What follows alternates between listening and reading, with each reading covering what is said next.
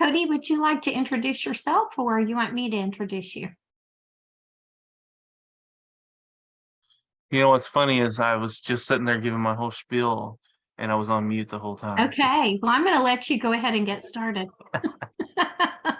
I was a minute into my spiel too. All right. I'm Kodey Toney. I am first and foremost a dad. I have two boys, Konner and Cruz. Konner is on the spectrum. You're going to hear a lot about him today. The slideshow we're using here is one that I use for autism behavior. And so if you see me moving through the slides, maybe I'm skipping over something, it's because it's more for our trainings on the behavior. But I want to give you guys a good idea of what you're looking for. What is autism? How do we know what we're looking for? And then we'll talk and try to discuss later on, what do we do then if we feel like we know somebody or we have a child that's on the spectrum, and maybe it's your child, maybe you're an educator and maybe you've got kids in your classroom or whatever the case may be. Let's talk about what autism is first, and then let's talk about what you can do to try to help with some of that, and how we use that diagnosis to get some of the things that we need.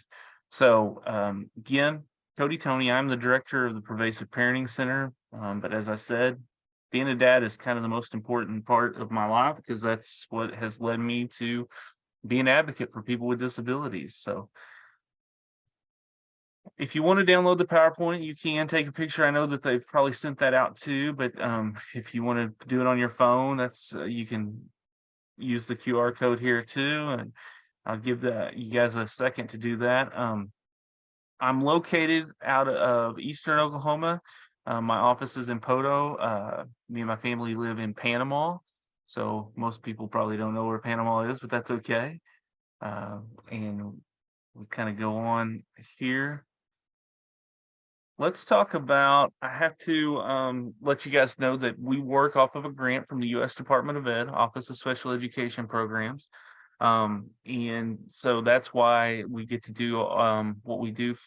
I need to put this up because they pay me to do this. So that's awesome.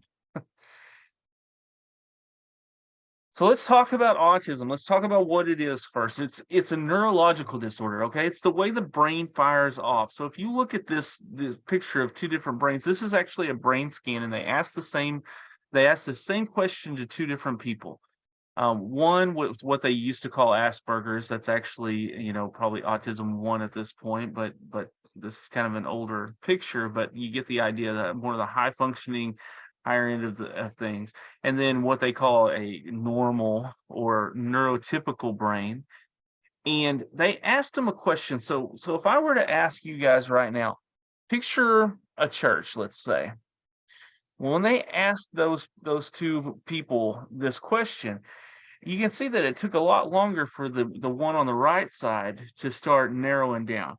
You and I are probably sitting here picturing a church that we go to maybe on Sunday, or one that's close to our house, or maybe went to as a kid, but it doesn't take us long to break down what we think you want to see. So ours is more probably on the left side here. When they asked this person on the right side, and I've been told that this is Temple Grandin. If you know who Temple Grandin is, that's great. But I've been told that's who this picture is, that they asked her this question. If you don't, do some research. Temple Grandin's an amazing advocate for people with disabilities, and especially autism. But they asked her, and she said, if you ask me to picture a church, it takes me a lot longer because I have to think of every church that I've seen in books, in movies, on the side of the road, as a kid, as an adult, and I have to start breaking that down to what I think you want to see. So it takes a lot longer to go from what's on the right side here to get to what's on the left side. Well, if you can imagine us asking a kid to take their shoes and put them on a shelf, it's going to take them a lot longer if you have to break down from what's over here and all those neurons firing off in different directions to what's on the left side there. So this is why we have a lot of behaviors.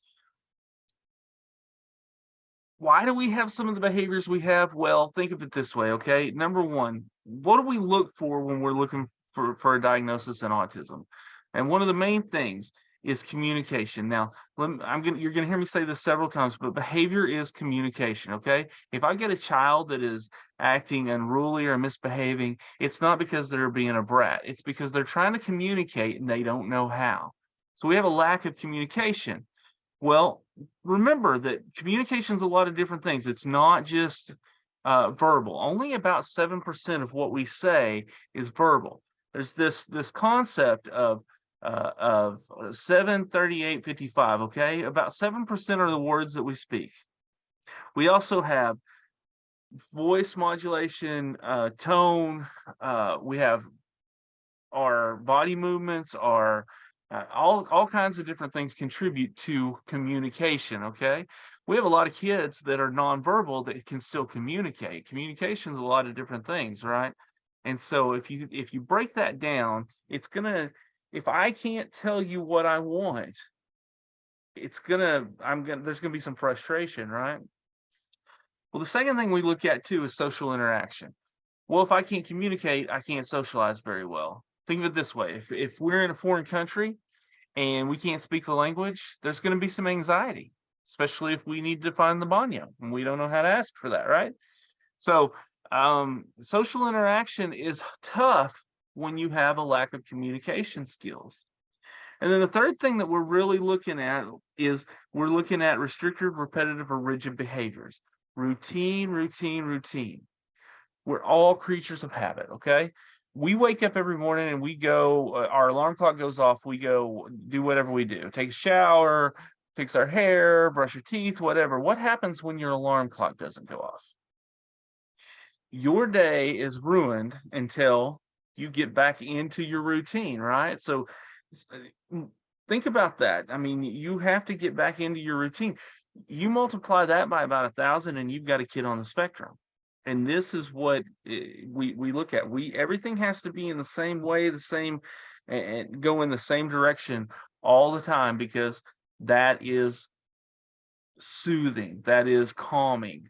It's if anything's out of order, our world is turned upside down, right? So those are the three main things: communication, social interaction, and restrictive repetitive behaviors. That's what we're looking for. This is when I tell you, once you've met one person on the spectrum, you've met one person on the spectrum, because they're all different, right? I mean, we do know that it usually begins during the first 3 years of life.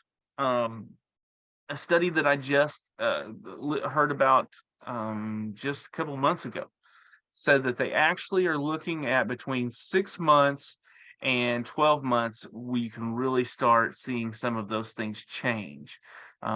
It's almost like something switches inside the brain, but really comes full head about 3 years of life. Konner was diagnosed at just a little before 3 years old. He was nonverbal.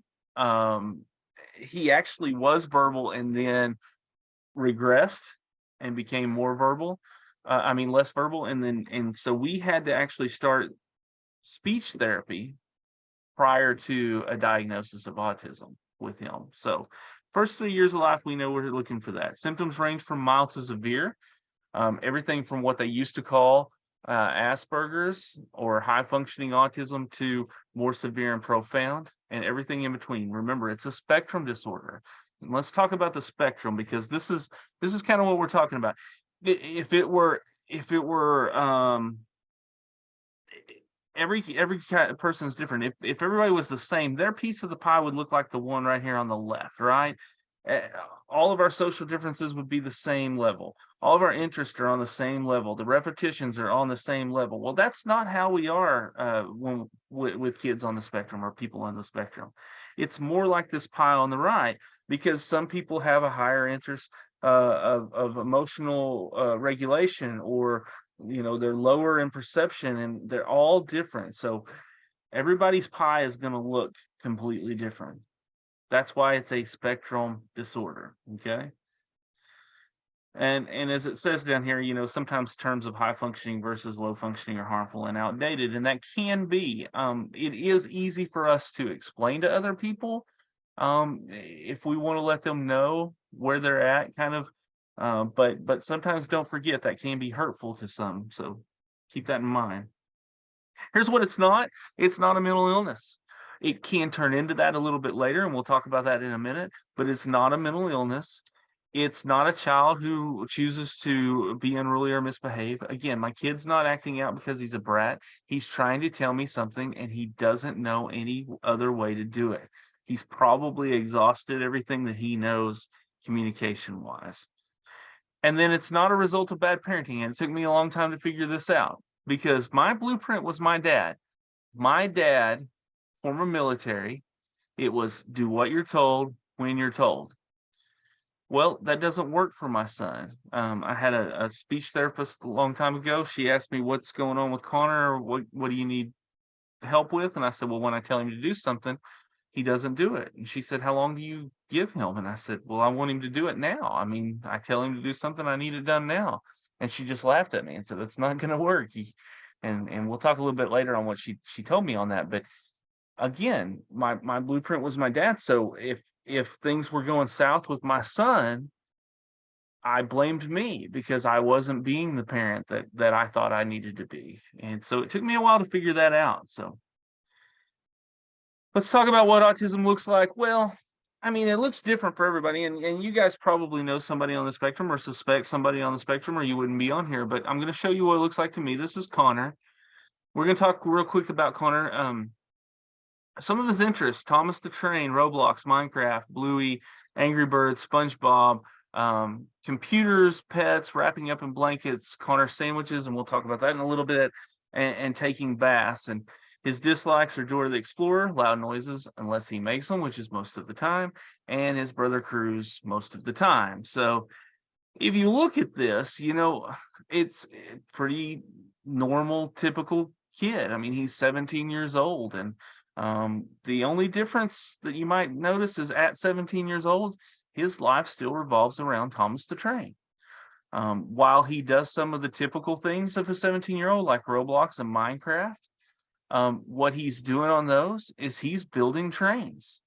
He's building Thomas trains. And when I say he's building them, I mean from scratch. He starts with the wheels, the buffers, the chassis, all the way up to the funnels and everything in between, the tracks, everything. I'm going to show you guys in a minute what he does. He's so good with computers because he can hyper focus, thanks in part to the autism. But it all, again, revolves around Thomas, which is not your typical 17-year-old thing. Now, Bluey, for some of you who know, maybe you have young kids that come around, Bluey is a relatively new show for young kids, right? But Bluey is one of his new loves, and we're going to show you in just a second how he has combined his new with his old. But one thing I want to talk about on the computers too is he animates these things, he builds these things, and then he turns them into full animations. That's kind of one of his things. Well, a few years ago, he got onto he kind of got upset because these other people were making fun of his Thomas trains on Roblox and some of these other things because they weren't realistic. They were more 2D than 3D. So he went out and learned how to download a program called Blender. He can build his own faces. They are 3D. They can animate, and he builds. You guys will see here in just a second, but he builds everything, and it's pretty amazing what he can do with a computer. This is just me bragging at this point, but this is Konner through the years. And some of the things that you'll notice is we just wanted to make sure that he was as normal as possible. He went to school.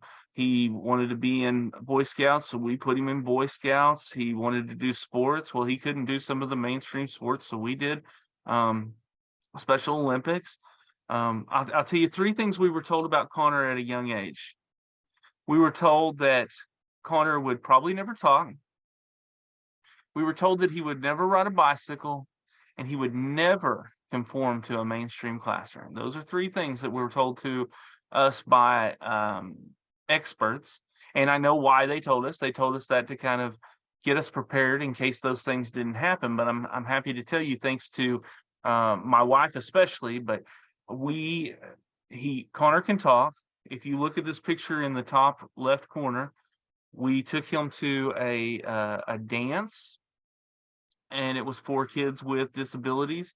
And we knew he wouldn't dance if we gave him his phone. He would just stay on that. So we took his phone, and he was getting upset. He was getting a little anxious. This was about an hour and a half in. Well, they gave him these crowns, and this is what he's saying as I can still hear it to this day in this picture. They gave him a crown. He sits down and he's looking at me and he says, I am the king. This is my crown. Now give me my phone. So Konner can talk thanks to speech therapy and early intervention. That was key. You know, like I said, we got the speech therapy prior to his diagnosis. So he can talk. I had another speech therapist that said, once we get him to start talking, you'll wish he'd shut up. I never wish he would shut up. He was never supposed to talk, so I don't want him to shut up. I wish he had a volume knob sometimes, but I don't wish he would shut up. He was never supposed to. He can't ride a two-wheel bicycle because of some balance issues, some vestibular stuff. But if you notice up in the top right, we just got him a three-wheel bicycle. We adapt and overcome. He rides up and down the road with the rest of the kids in the neighborhood, and that's his little dog Penny. He puts her in the basket. They take off like everybody else. So, and I'm glad to say that he is a senior this year. He's about to graduate, and not only is he in a mainstream classroom, he's never been anything but. And the reason why is because when he was younger and we were told he couldn't, we basically said, look, if I want my son to act autistic, I will put him in a classroom with other kids with autism. But if I need him to act like his peers, then I need him to be in with those other peers to learn how to be socially accepted, the social norms. I have to learn those with peer interaction. And so that's kind of where we were at with him. I mean, we made sure that he was in mainstream, and inclusion is a wonderful thing. And I'll get into that a little bit later if I have time, but we wanted to make sure that he was around his other peers. And so he always has been. In fact, last year was his junior year, and he decided he was so good with computers that he wanted to go to the technology center here in Poto. And he is in fact, he's walking in the door right now. You guys are going to have to give me for just a second. Konner, you need to hang out for just a little bit, okay? All right, so that's him. He just walked in from the technology center, which is right across the parking lot from here. He has not only been in a regular classroom, he has taken computer classes at the technology center, riding a bus to school, every day. And so he's adapted, he's overcome, and it's been pretty amazing. So let's talk about. This is him actually building the faces for some of his trains. So if you can see that, he's pretty good at what he does. And then, like I said, he starts from scratch. It's from the bottom up. And this is a finished product. This is all his animation and stuff. So he's done all of this, pretty impressive. And this is his actual animation. You'll see where he added Bluey in. Here comes Konner. He's gonna. He may come in and just like, here's me talking about him. So, but this is where he's combined Bluey with Thomas and put them together. So this is the stuff that he animates. By the way, I'm supposed to tell you, Konner the Animator is his handle on YouTube and on TikTok. So you guys get a chance to go check it out. But this is some of the stuff he does. It's pretty cool. All right, let's talk about autism, the numbers. You guys have probably heard these numbers over the years, but 1 in 44 is what the Center for Disease Control says is diagnosed at this point. It's up from 1 in 110 in 2007 when Konner was diagnosed, and more prevalent for boys than girls, although studies show that girls are better at masking. Girls are different than boys, go figure. But they're better at masking things, and let's face it, girls mature a lot faster than boys do. And so a lot of girls don't get diagnosed until later on, especially after high school. So that's kind of an interesting thing. 1.5 million in the US and tens of millions worldwide affected by autism. There's no boundaries, racial, ethnic, or socioeconomic groups. It doesn't matter. And then this one gets me every time. So according to Autism Speaks, there are more children affected by autism than diabetes, AIDS, cancer, cerebral palsy, cystic fibrosis, muscular dystrophy, and Down syndrome combined. So that's a pretty staggering thing. So I always get the question, is it whatever's causing it more is causing it, or do we just know what we're looking for? And I think it's a little bit of both. But we used to push autism awareness, and it's no longer about awareness. We're aware of autism at this point. It's about acceptance. We have to accept these kids, these young adults, for who they are and the amazing things that they can do. So we'll talk a little bit about that as we go along, but we do know that more cases are identified because we've changed the diagnostic criteria. We know what we're looking for. We know the difference between high functioning and low functioning now. Increased awareness in parents and professionals. We're talking to people. We're out here talking to you guys, to parents. We've done this training with we're getting close to 3,000 educators at this point, which is, pretty amazing over the years. We talk about the implications of a label. Well, my son is not autism. My son is Konner. Autism does not define him. It's part of who he is. Some people are born with freckles. Some people are born with red hair. He's born with autism. It's just the way he is, and there's nothing, we can do except accept him for who he is, and move on and learn to help him in every way that we possibly can. So, we also talk about education service. So we have to have that label. So I say Konner is not autism. It's part of who he is. Well, we have to have that label, though, that diagnosis, in order to get educational services. The things that he needs. Every person can succeed given the right tools. But in order to get those tools, we have to have those labels, right? That's the only reason we use them. Beyond that, he's just Konner. We did use those to get him speech therapy early.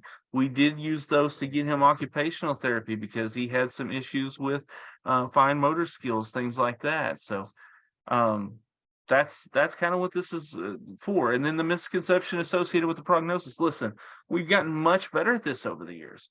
Used to be you'd walk into a school and you would have a diagnosis of autism. You hand that to them at the front desk and they say, oh, he needs to be in that classroom at the end of the hall or out in that trailer in the back.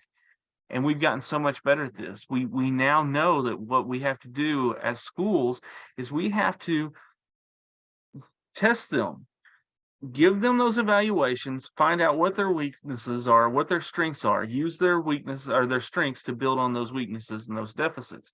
And we've gotten so much better at this. But then the next thing is the diagnostic substitution. So this is where I stop for a second.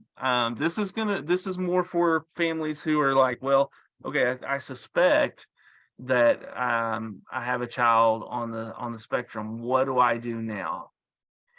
One of the biggest pieces of advice I can give you right now, before we go into some of the red flags, the things to look for, is if you suspect that, if we go into this and there's 5 or 6 of these red flags that are just jumping out at you, I would, number one, do a screening. Find somebody close to you that can do a screening. They're free most of the time. If they're not, you contact me and I'll find you a free screening somewhere. Okay, screenings are free. Absolutely does you a lot of good, because as I get into this next explanation, you'll understand why. But it will save you money if your child maybe is not on the spectrum and you're going to get a full evaluation. Okay. The screenings, you can't get a diagnosis from the screening. Okay. What we can do as screeners is we can tell you whether you're at risk or not for autism, and then refer you on for a full evaluation if we feel like you need to. If for some reason you screen at risk, and let me do a plug real quick. We got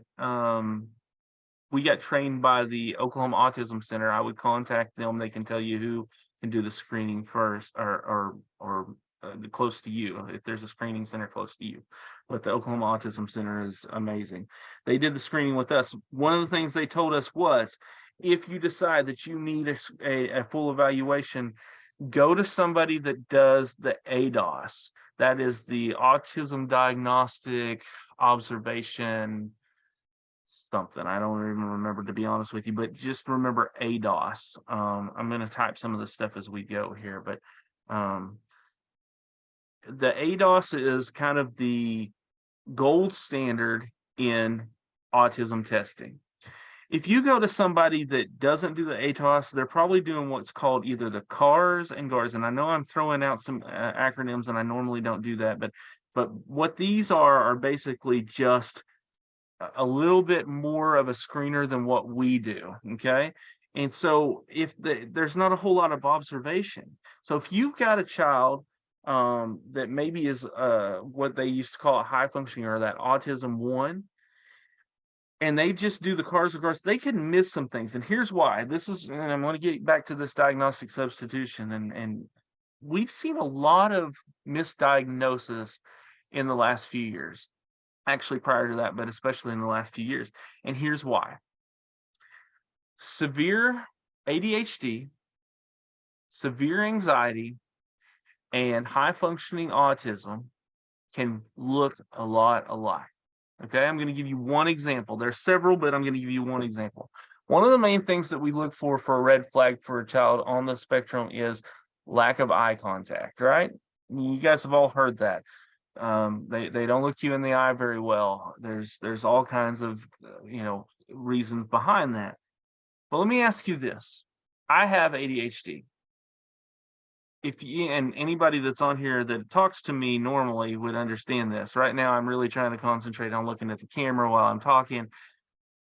But if we were in person, I would have a hard time, because I can't focus on looking at you and talk to you. I will look anywhere but at you. Okay.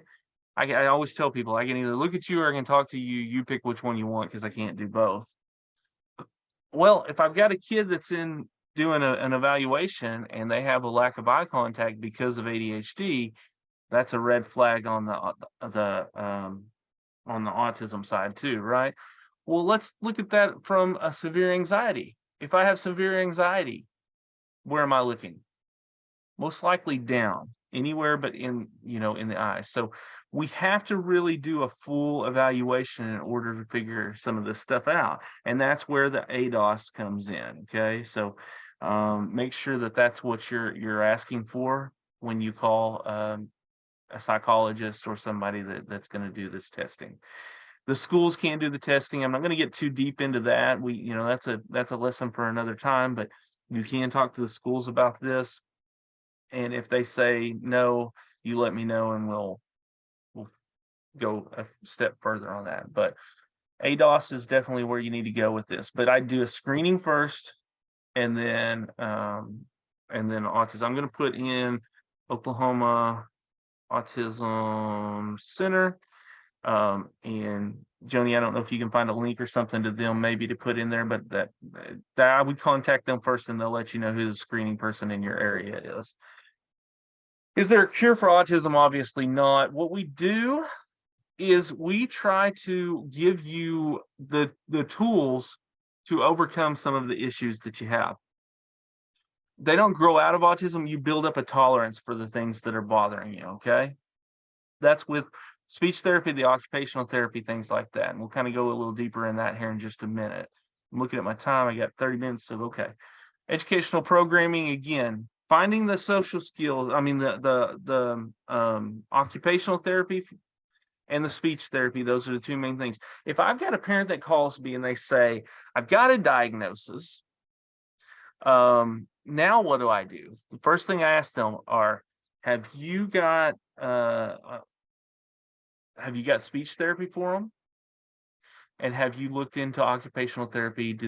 Have they had an evaluation to see if they need that? Because remember, it's a neurological disorder, so their fine motor skills are not great because they don't feel their extremities kind of the way other people do. And so we'll talk about that here in just a second too, a little bit. Let's talk about comorbidity. So that's just a fancy word for those of you who don't know for multiple diagnosis. So in addition to autism, Konner has ADHD, anxiety, OCD, sensory processing disorder, depression, and he's considered to be gifted. So the anxiety comes from lack of social skills and lack of communication early on. And then because of that, later on, especially in the preteen and teen years, we start to see depression set in. So it's something to pay attention to later on. So, and you can kind of understand that if I have anxiety because I can't socialize, then I'm going to start, having some depression set in because I don't have, the same social skills or friends that everybody else does. So. If communication is the number one issue we have with behavior, sensory processing disorder is the number 2. And it's most likely because I have sensory issues and I can't tell you. So it goes back to the communication. But the sensory is going to be one of the biggest things. Think of it this way. We all have filters, right? And so right now you guys are listening to me. You're either looking at the screen or whatever, but what you don't hear is there's probably a fan on your computer that's going, or maybe the heat or air is kicking on and off, or your refrigerator. You have lights that are flickering in your eyes, and we filter that out. People on the spectrum cannot do that. In fact, Temple Grandin says she can tell you what RPMs they are going at. I mean, if you can imagine that coming at you constantly, that's pretty crazy. But we have filters. So everybody has smells, some more than others, right? And we cover those smells with other smells. We put on deodorant, we have perfume, we have scentsies, we have oils, all kinds of different things. And as the commercial says, we become nose blind to those things. Well, those on the spectrum don't necessarily become nose blind. That's constantly coming at them. They don't shut those things off. And so we have what's called sensory processing disorder. And think of this, I'm going to go into this a little bit more here in just a second, but think of this as a cup, okay? And throughout the day, you've got drops of water going into this cup, and that is your sensory issues, okay? And if you don't empty that cup, what's going to happen? It's going to overflow, and that's going to be your meltdown. So we have to give them the things they need to empty the cup. Otherwise, we're going to have an overflow or a meltdown. So let's talk about that a little bit. This is borrowed from a book called The Reason I Jump by Naoki Hikashida. He was a teenage boy. I think he's in his early 20s at this point, but he nonverbal, figured out that he could actually communicate through a computer and decided to write an entire book about it. And I'm pulling this small section out of here because this is his explanation of what it's like with sensory processing disorder. And I think it's pretty interesting. So read along with me, if you will. Imagine a room where 20 radios are tuned to different stations and they're all blaring out voices and music. Radios have no on-off switch or volume controls. The lights are constantly flickering in your eyes, and colors and patterns are pouring in from all directions. They swim and clamor for your attention. The fabric softener in your shirt smells as strong as air freshener fired up your nostrils, and your jeans feel like steel wool. The floors keep tilting like a ferry in heavy seas, and you're not sure where your hands and feet are in relation to the rest of you. You can actually feel the plates of your skull, and your head feels like it's trapped inside a motorcycle helmet 3 sizes too small. The air conditioning is as deafening as an electric drill, and the person in front of you sounds like they're speaking into a cell phone on a train going through lots of tunnels. Relief will only come once they go to sleep. So if you can imagine this constantly coming at you, and we ask these kids, sit in your chair, do your work, finish this test. This stuff is happening constantly. You can understand why we should probably start having meltdowns, because if we don't give them a break to empty that cup, we're going to have meltdowns. That cup's going to overflow. So we have to really do that. So I'm going to skip over this video real quick. This is just what a meltdowns look like. This is from Carly Fleischman. If you guys ever get a chance and you don't know who she is, take a look at Carly Fleischman, also nonverbal, but does a lot of really cool things. This video should be, I think it should be available to you guys, though. I've sent out I had some problems with my email, so I don't know what's gotten out and what hasn't, but the PowerPoint should be out there somewhere, and we can try to get, or contact me and I'll send it to you. But All right. I'm going to skip over theory of mind just because it's more of a different issue, but it's pretty impressive. This is what I really want to get to. So, what are our red flags? What are we looking for in a young person that may be on the spectrum? So, there again, repetitive behavior, insistence on the same, resistance to change. Everything has to be the same way. If you change their routine, something as crazy as taking a different route to school one morning can change your entire day. I'll tell you a real quick story, and I know I don't have a whole lot of time for Konner stories, and I'm sad about that because they're the best. I'm going to give you one. When Konner was younger, and I don't normally tell this one in the trainings, but I think it's important to this one. I would pick him up every day, and he would come on a sidewalk, and we would go out to the sidewalk and then walk down the sidewalk and get in the car. This day I was in kind of a hurry, and I don't even remember why, but I decided to cut across the grass, and Konner didn't like that. Konner didn't want to go across the grass. He wanted to go on the sidewalk. Well, I said, Konner, come on. It's one of those days where I didn't want to pick my battles. I was just like, come on, let's go. You're going across the grass. We're just going to cut across here. It's going to be faster. Konner started having meltdowns as soon as we got in the car, and it lasted for a couple of hours because Konner wanted to go on the sidewalk. I ended up having to load him back in the car, go back to the school later that night, and we had to walk down the sidewalk as opposed to through the grass. That's how bad it was. But he had to have everything the same way. And I've heard parents talk about this, and we had the same thing.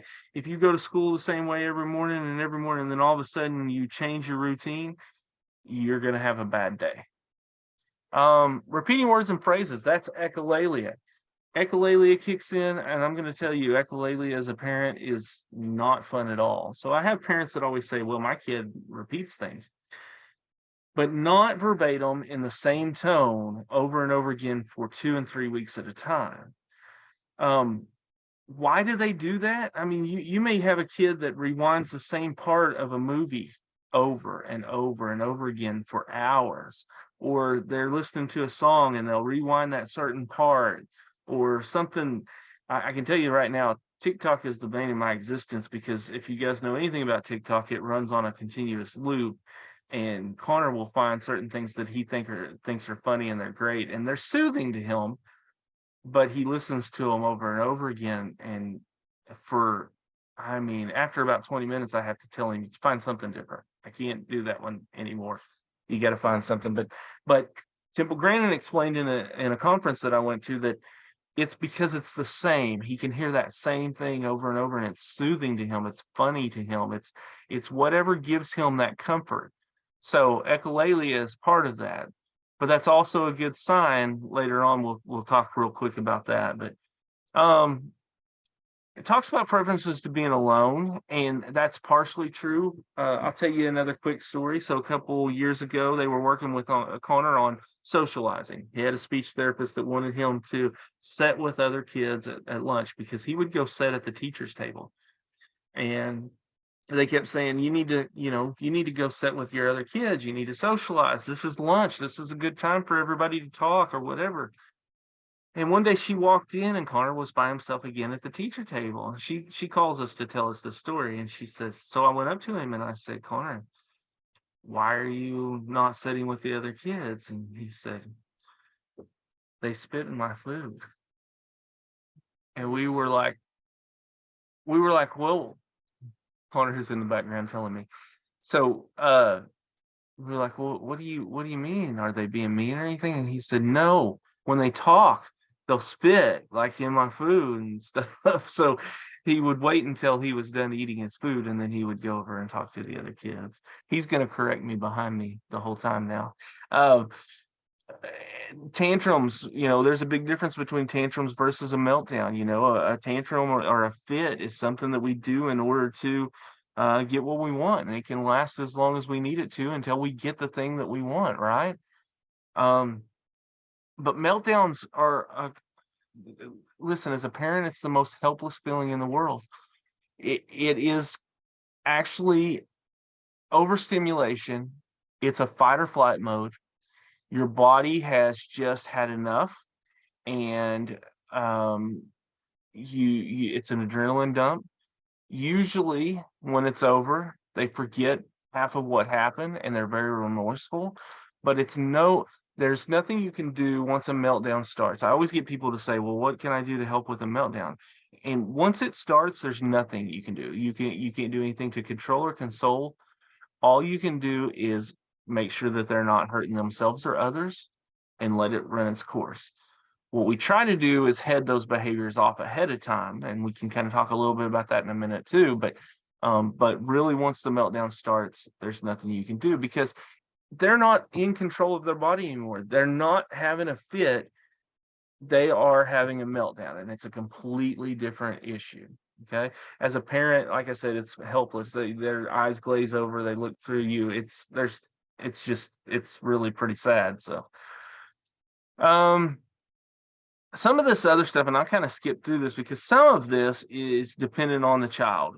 One thing you got to know about sensory processing is everybody's different. Again, and it's a spectrum thing. So for Konner, he is undersensitive to pain. He likes the feel of rough stuff.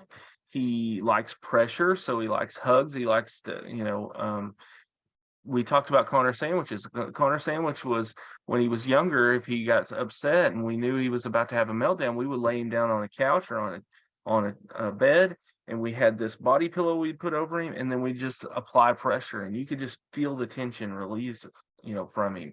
But that's just Konner. There are other people. We've got a young man who worked in our office for a couple of summers, and he couldn't touch. We tried to get him to file papers. He couldn't touch paper. He said it felt like his fingertips were on fire. He couldn't walk on grass without shoes or socks on because he said it felt like the blades were cutting into his feet. So it just depends on each child. They're going to be different, and it's either going to be heightened or lowered, or depending on which one. We talked about eye contact or lack of eye contact, and again, that depends on the person, but a lot of times we do see a lack of eye contact. Let's see here. Sustained odd play.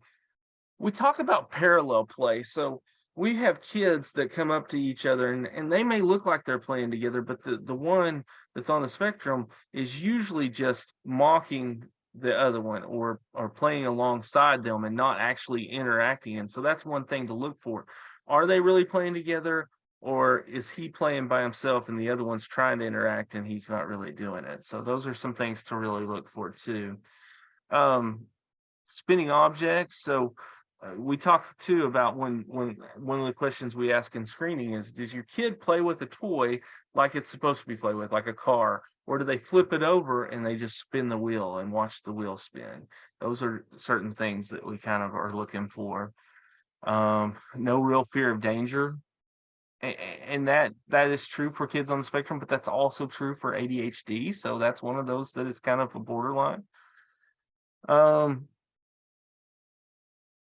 The gross motor skills, fine motor skills, if they hold their pencils different or their spoons or their forks, that's something to watch for, because that could mean that the fine motor skills are a little out of check. Non-responsive to verbal cues. Listen, we had Konner's hearing tested at least 3, maybe 4 times when he was younger, because you'd walk into a room and you'd say his name and he wouldn't pay attention to you. And my wife, Jennifer, she would say, I think there's something wrong with his hearing. And I'd say, there's nothing wrong. We've already had him tested a couple of times. One day she came in and she said, I really think there's something wrong with his hearing. And I said, watch this. He was in his bedroom down the hall. We're in the living room, and I turn on a cartoon, and as soon as he heard it, he comes running in. I said, there's nothing wrong with his hearing. It's just the way he's processing that information. So it may seem like he's not responding. He is. It's just taking him longer to respond. So some things to look at and to think about. All right. So I'm going to kind of skip through this. This is part that we do with especially either parents or teachers, but this is kind of what do we do to head off. Now that we understand the behaviors, how do we head the behaviors off? But I think there's some information in here that is really good to better understand some of this too. So one thing is behavior is communication. If I've got a child that's acting out, they're acting out for a reason. They're not just trying to misbehave. Okay. We talked about that earlier. It's up to us as parents, as educators, as professionals, whatever, to figure out why they're acting the way that they are. And sometimes you have to be a detective to figure some of that stuff out. So, I love this one. I'm going to go over this one because I think it's very important. You guys have probably seen this, some of you, but if a child doesn't know how to read, we teach them. If a child doesn't know how to swim, we teach them. And if a child doesn't know how to multiply, we teach them. But if a child doesn't know how to behave, unfortunately, we decide to punish instead of teaching, which is very important, right?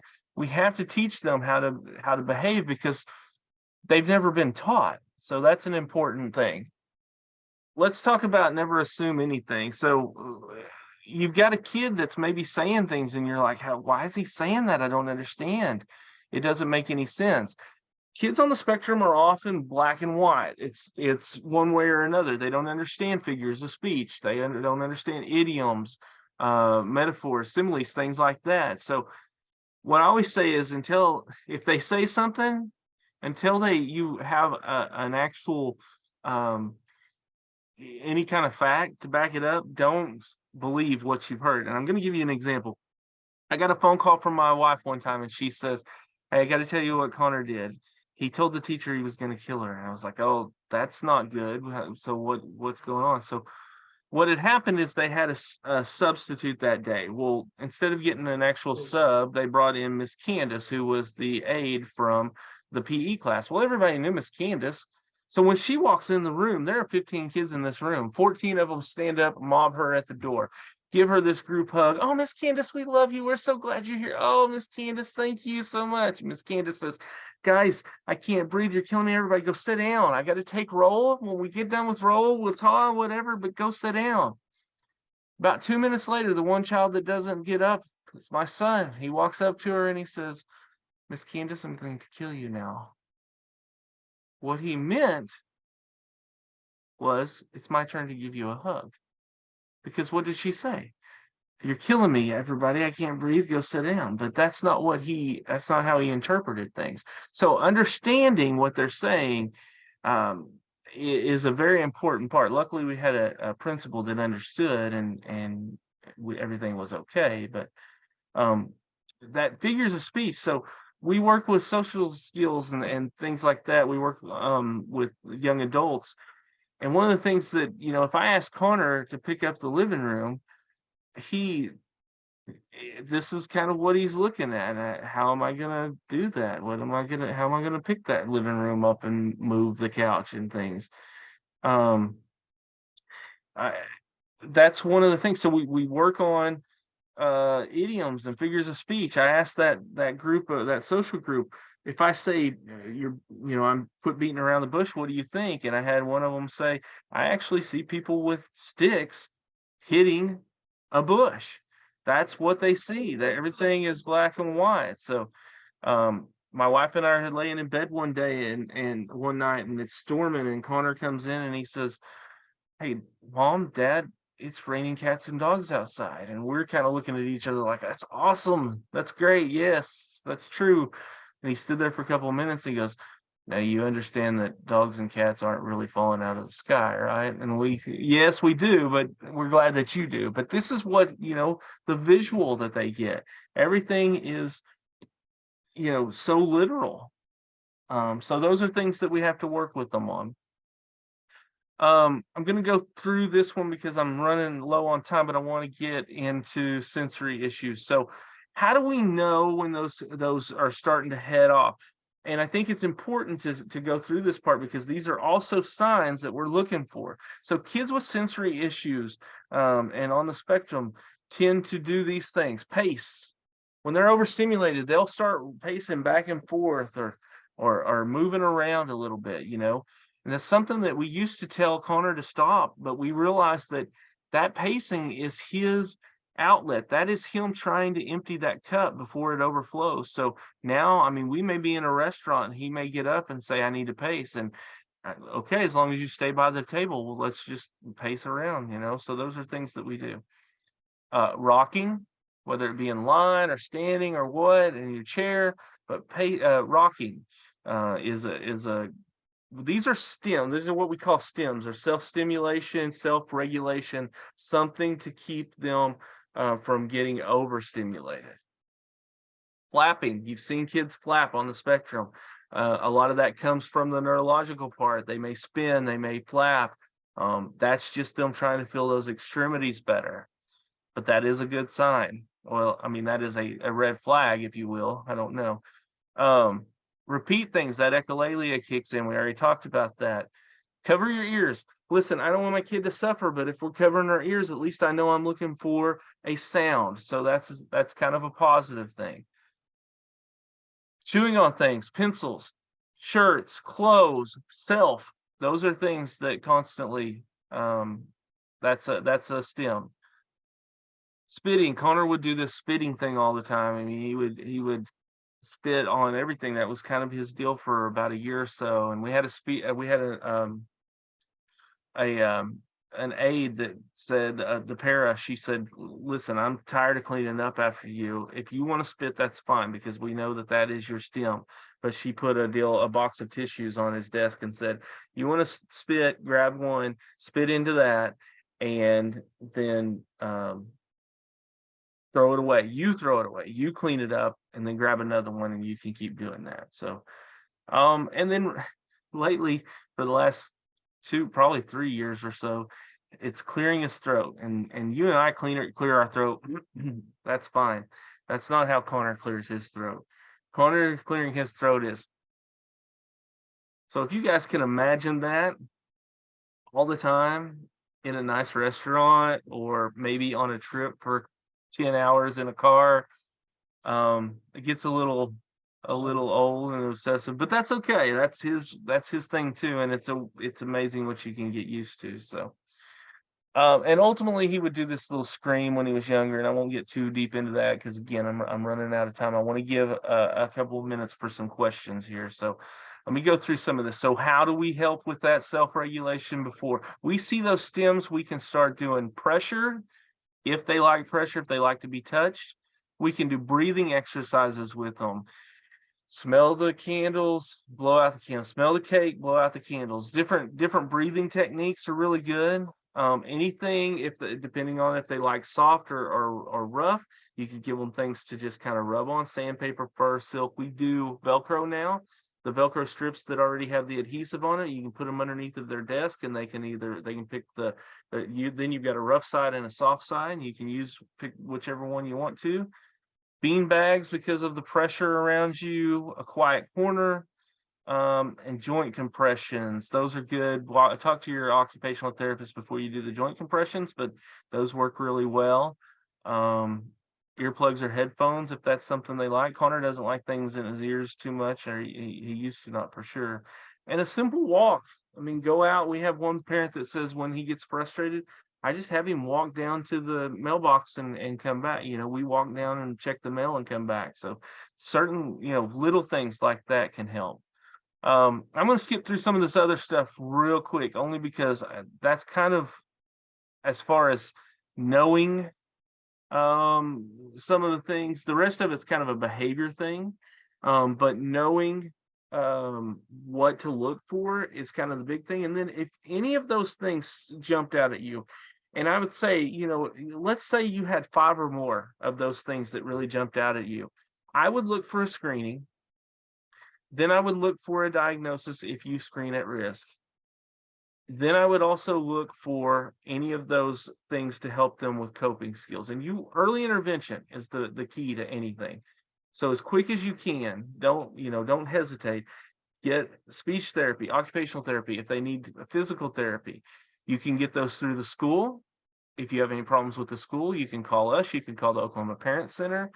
We can help you with getting those things through the school. But there are a lot of things involved in that. So that's kind of the training. I'm going to give myself about 5 minutes to answer any questions you guys may have. I'm going to put up my information here too. That way you guys have it in case you need it. What kind of questions do you have? And I'm looking through the chat to see if there was any. Informative. Thank you, Trudy. anything that you guys have, I'll try to field. I don't know everything, but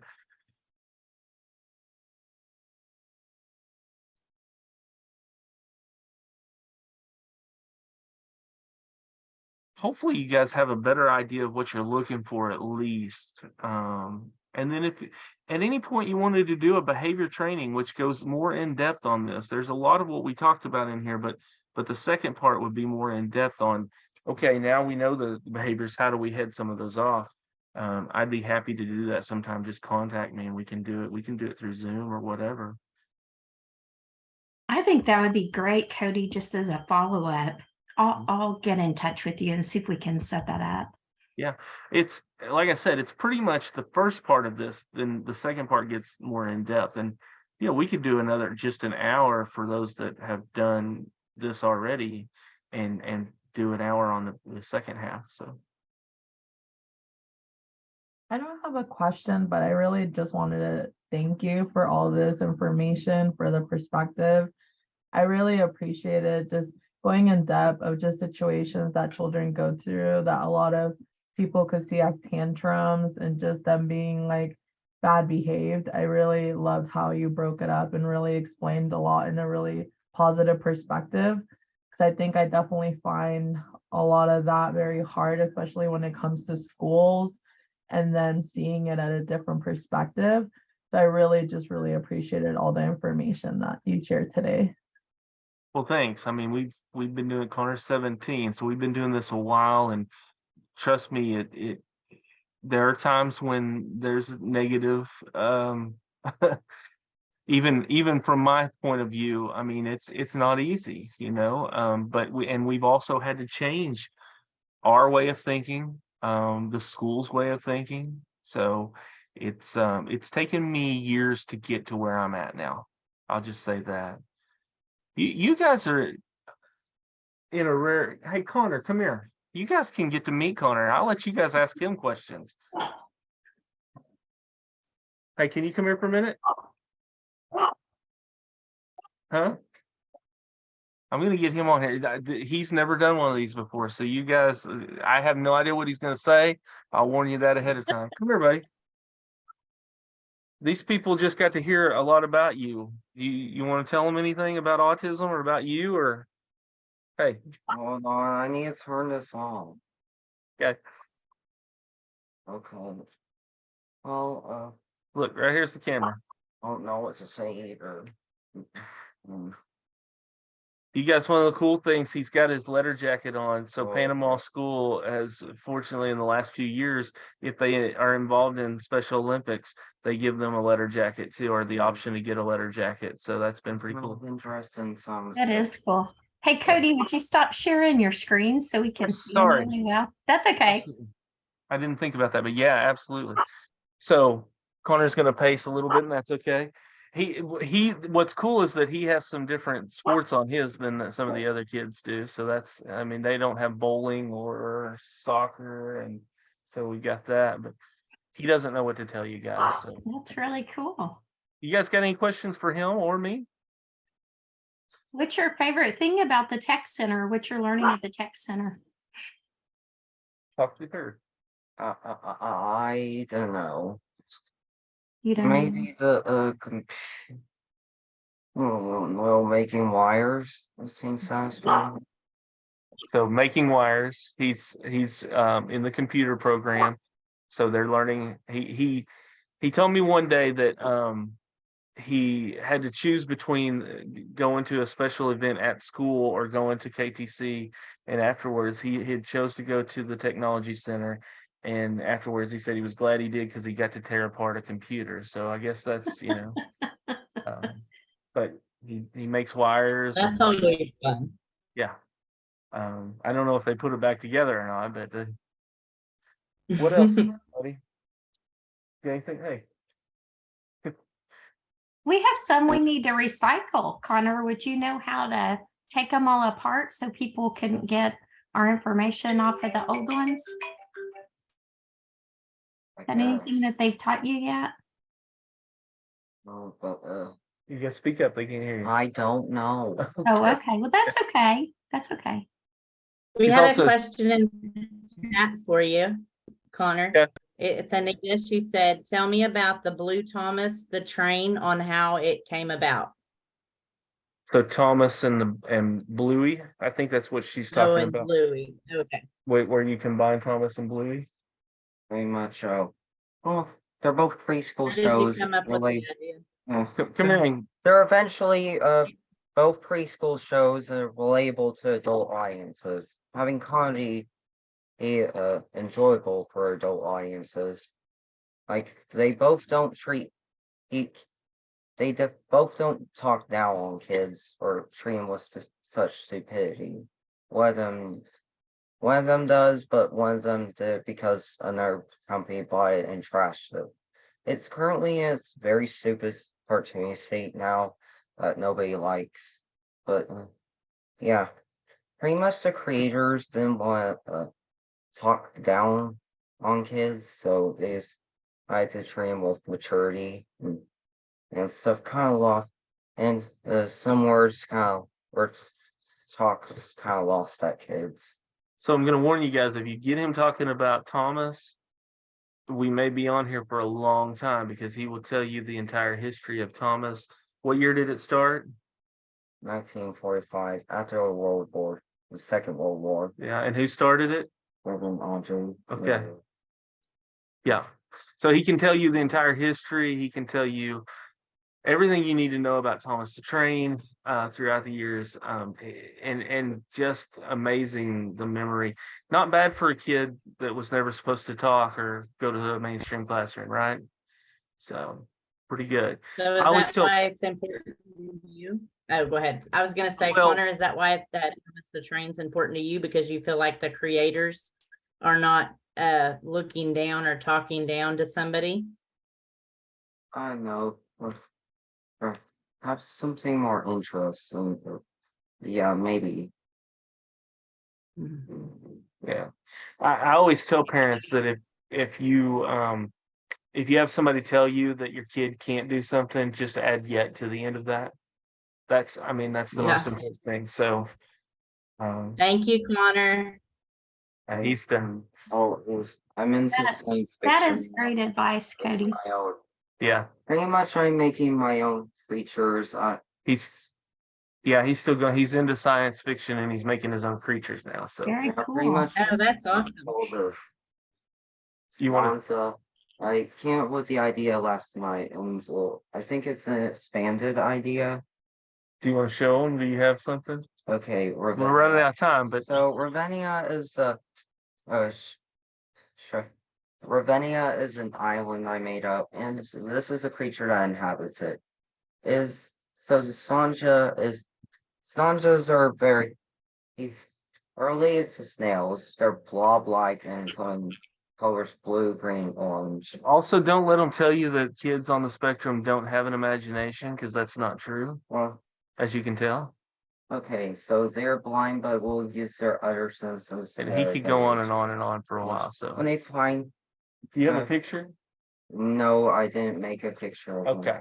Well, when they find their prey, pretty much, it will just gulp it up, and pretty much they're already dead. Okay. Even if they do escape the effects, there's no cure or antidote.